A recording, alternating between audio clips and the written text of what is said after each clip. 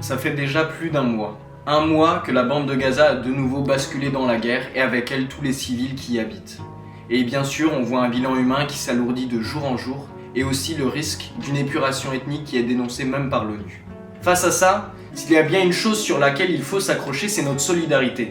Cette solidarité qui nous fait tenir aux côtés de chaque peuple partout dans le monde qui subit l'oppression et la barbarie. Parce que si dans ces situations-là, il y a bien un masque qui tombe, c'est celui de ces oppresseurs. Y compris ici même en France. Je veux dire le gouvernement, l'ensemble de la classe politique qui se bat contre toute forme de soutien au peuple palestinien qui subit aujourd'hui un truc monstrueux. Avec les manifestations de soutien à la Palestine partout dans le monde, de New York à la société israélienne, en passant par l'Algérie, le Liban, Sydney ou la Nouvelle-Zélande, on a pu se rendre compte plus que jamais de la manière dont la solidarité des gens d'en haut, en soutien à la barbarie actuelle, s'oppose à la solidarité d'en bas, notre solidarité de classe, en soutien au peuple palestinien.